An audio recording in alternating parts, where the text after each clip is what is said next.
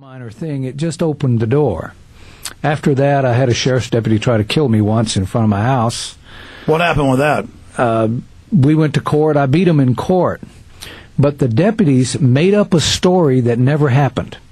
And there was a street full of witnesses. And that shocks you when they lie. I've had them do it to me, and it's like, you're a criminal. And they just smile and go, yeah, I am. We had a whole street full of witnesses. I'm thinking, how can they imagine they can get this past the courts? They could. The courts was not interested in anything anyone had to say. They were intent on prosecuting me no matter what. But the jury was not quite so intent. My daughter worked for a woman whose husband was on the jury, and she said they were irate when they found out what was actually going on. So I beat them there. But I was in the process of trying to fix the system. I felt like I owed this to my brother, that I should lay down and roll over for these scum after what he paid for. So the fight was on.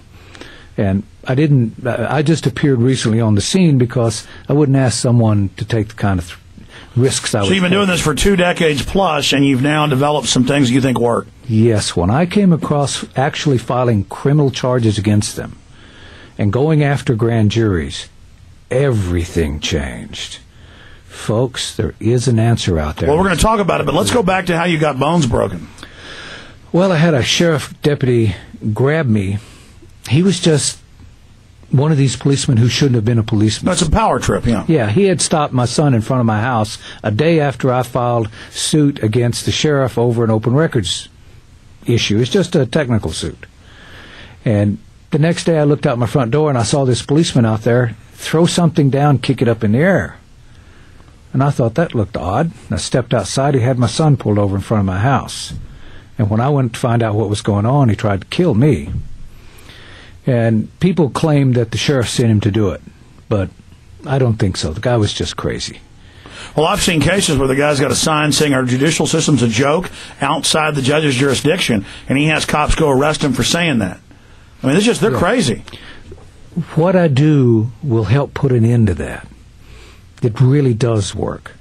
When you start thinking and acting like a sovereign, I don't even mess with policemen anymore. Well, I want to talk about all that, and we'll have you back again, Randy, but right now, I want people to get the backside of this, kind of the war stories, abbreviated, the saga, some of the things you've seen, like a few months ago in Williamson County, you went to file a complaint, and what happened there? I mean, I don't think citizens, until it happens to them, then they're isolated, nobody cares, realize what it's like till they're there framing you.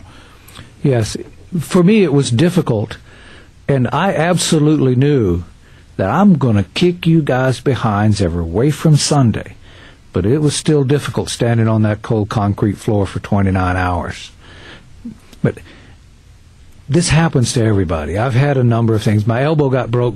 Was kind of my fault because I told a bailiff when I was trying to file criminal charges with the grand jury against the district attorney, and he demanded to know what my purpose was in the building today, and I had already asked him for the grand jury, so he knew. So I told him, well, I have business here today, and it's none of yours. He said, well, I'm the court security officer and the bailiff and court bailiff, and I want to know what your business is. I said, well, if you're the court bailiff, then right there at the courtroom, just scoot on in there and be a good little bailiff. You're dismissed. Well, he didn't take that well. You don't talk to a god like that. They talk to us, the slaves, like that, yes. Not the other way around. They dragged me down the stairs and pushed me out the door. But to his credit, he didn't intend to break my elbow. Oh, how nice of him. Okay. As I stepped out the door, my foot stepped down on a throw rug, a carpet there, and he was pushing me, so it gave me a little forward movement and scooted that carpet out from under me, and I fell and broke my elbow. But I didn't charge him with that. I've been real careful in what I do. If they can get you into a fight with them, they will win every time. Well, that's why they'll come up and yell and scream at you while you're calm and say, why are you so upset? Yeah, and if they get too excited with me, I like to take out my cell phone, dial 911. I got this policeman here. I think he's going crazy. He's got slobber dripping out of his mouth. His eyes are bugging out. I think he's going to have a heart attack. You need to get somebody out here before he shoots me. This always slows them down. because they wind up with another policeman out there. And you call that the chicken dance? Yeah, they start doing this little chicken dance where the one I call and I'm asking him to arrest his buddy, and he's got my call on 911, and that's not going to go away. He don't want to arrest his buddy, and I keep insisting, and with him I get real obnoxious. And he starts scooting back and forth from one foot to another, and I call that their little chicken dance. When you become the sovereign and invoke the same law that they use against you, it changes everything. So I've been doing this quite a while, and it took some time. It took some learning of things you can do and things you can't do. Stay away from the sheriff. Stay away from the police department. All that'll do is get you beat up. Well, I was thrown out of the sheriff's department one day by the chief deputy when I was there to file criminal complaints. And I stood in front of the place and looked around and thought, I bet if I try to leave this county, somebody's going to be waiting for me. So I went to the county judge and asked him to call the sheriff's department and see if they had a warrant for me. Asked him to call the chief deputy. And the county judge wanted to know why I wanted him to do that.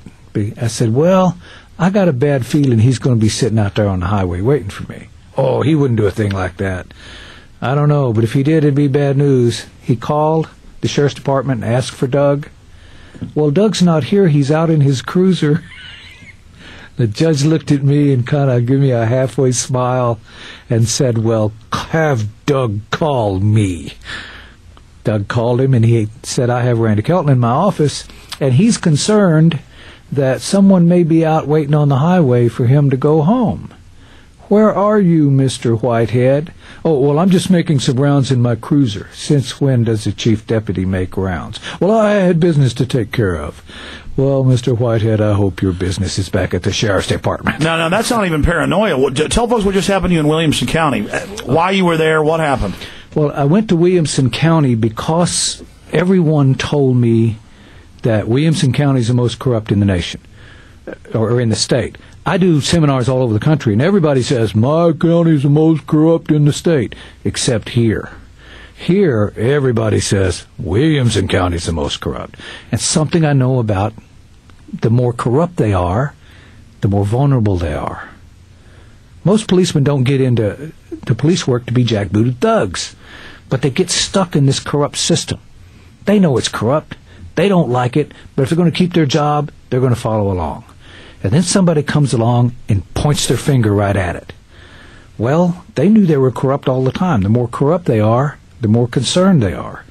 And the first thing they're going to do is creak open their little closet door and look at their darkest skeleton and figure I'm going to find it.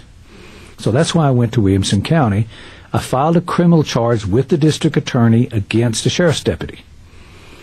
And that was with with what had happened? A deputy had arrested a woman in Travis County, sitting in a parking lot with her lights on. He saw a headlight out. He pulled into Travis County. It was in front of a beer joint. He did a sobriety test on her, ran her license, and found that 10 years earlier she had had 3 DUIs, and it had been 10 years. You know, when she was in her late teens and pretty wild, she got over that. So he arrested her, took her back to Williamson County. It had been almost a year her trying to get it to trial. So they told me about it, and first thing I did is file criminal charges against the officer for false arrest. Hey, you're not supposed to be out of your jurisdiction. Technically, he can go 400 yards out of his jurisdiction, but not for a misdemeanor, only for a felony. And he claimed that he followed her from Williamson County into Travis County. So he lied. We had conflicting opinions. I wanted a grand jury to sort it out. Actually, I wanted the district attorney to refuse to take the complaint so I could try to get him arrested. I always want to go for the highest guy in the district. Don't want to mess with the policeman. Article 2.03 Texas Code. Stay there. We're going to get into how to do this when we get back, and we'll talk about some other issues behind the scenes at Infowars.com. You're listening there. I'm Alex Jones. Stay with me.